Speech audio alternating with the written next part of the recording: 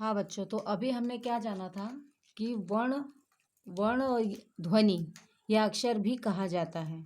लेकिन वर्ण की भाषा क्या होती है? सबसे छोटी इकाई होती है, जैसा कि मैंने आपको भी बताया था। तो इस हिसाब से अब इसे हम अगर कहना चाहेंगे शुद्ध शब्दों में, तो भाषा की वह सबसे छोटी से छोटी इकाई जिसके और टुकड़े नहीं किए जा सकते, उसे हम वर्ण कहेंगे। अब जैसे कि यहाँ पे आप चित्र में देख सकते हो कि यहाँ लिखा गया है शिवानी पत्र लिख रही है। अब इन सभी में देखो श को कैसे डिवाइड किया गया है। शिवानी के नाम को देखो, श का हलंत लगा है, फिर ई, फिर व, फिर आ, न और ई, और सब में प्लस कर इन सभी को जोड़ा गया है। तो ये क्या, ये विच्छेद हो गया है और ये सही नाम हो गया है। लेकिन अगर इसी शब्द को हम दूसरे अर्थों में लिखें, जैसे कि शिवानी पत्र लिख रही है या आराम पढ़ाई कर रहा है, अगर इसी शब्द को यूं कहे कि पत्र लिख रही है शिवानी, तो ये क्या हो जाएगा? ये पूरा का पूरा गलत हो जाएगा।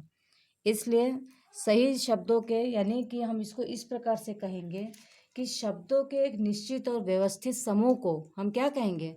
वर्णमाला। अगर हम चीज़ों को सही से नहीं रखते हैं, अगर किसी भी चीज़ को, जैसे खाने की कोई चीज़ हो, तो खाने में जब सभी चीज़ें थाली में होती है तो अच्छी लगती हैं, देखने में भी अच्छी लगती है और खाने में भी अच्छी लगती है। लेकिन अगर उसी चीज़ को पहले ये खाया, फिर ये दिया, फिर वो दिया, तो उससे क्या होगा? आपको खाने का भी मन खत्म हो जाएगा। और बच्चों, खाने के लिए ठीक है, बच्चों को भूख लग जाती है। तो हम वापस अपने टॉपिक पे आते हैं। अब यहाँ जानेंगे कि वर्ण के कितने भेद होते हैं बच्चों। तो वर्ण के 2 भेद होते हैं, स्वर और व्यंजन। अब स्वर के बारे में हम जानेंगे कि स्वर कितने प्रकार के होते हैं। पहले तो हमें ये जानना है कि स्वर कहते कैसे हैं। जैसे जिस वर्णों के उच्चारण में किसी दूसरे वर्ण की सहायता नहीं लेनी पड़ती है, तो वो क्या कहलाते हैं? स्वर कहलाते हैं। लेकिन तो यहाँ पे एक चीज़ ध्यान देना बच्चों, कि जिन वर्णों को, यानी जिन वर्णों को हम स्पष्ट बिना रुके बोल सकते हैं, तो वो क्या होंगे? उन्हीं को हम स्वर कहते हैं। अब स्वर कितने होते हैं? हिंदी में स्वरों की संख्या यहाँ 11 दी गई है, आप देख सकते हो।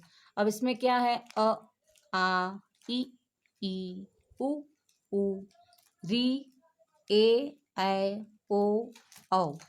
ये कितने हो गए? ये टोटल 11 हो गए। अब इसी प्रकार से हमें स्वरों के बारे में थोड़ी बारीकी से जानना है कि हर एक स्वर को बोलने का, और उस बोलने के हिसाब से उसको क्या होगा, इनको हम डिवाइड कर लेंगे तो स्वरों के एक प्रकार बन जाएंगे। स्वरों का प्रकार यहाँ क्या दिया गया है? 3 स्वर के प्रकार दिए गए हैं, जो 3 हैं, ह्रस्व, दीर्घ और प्लुप्त।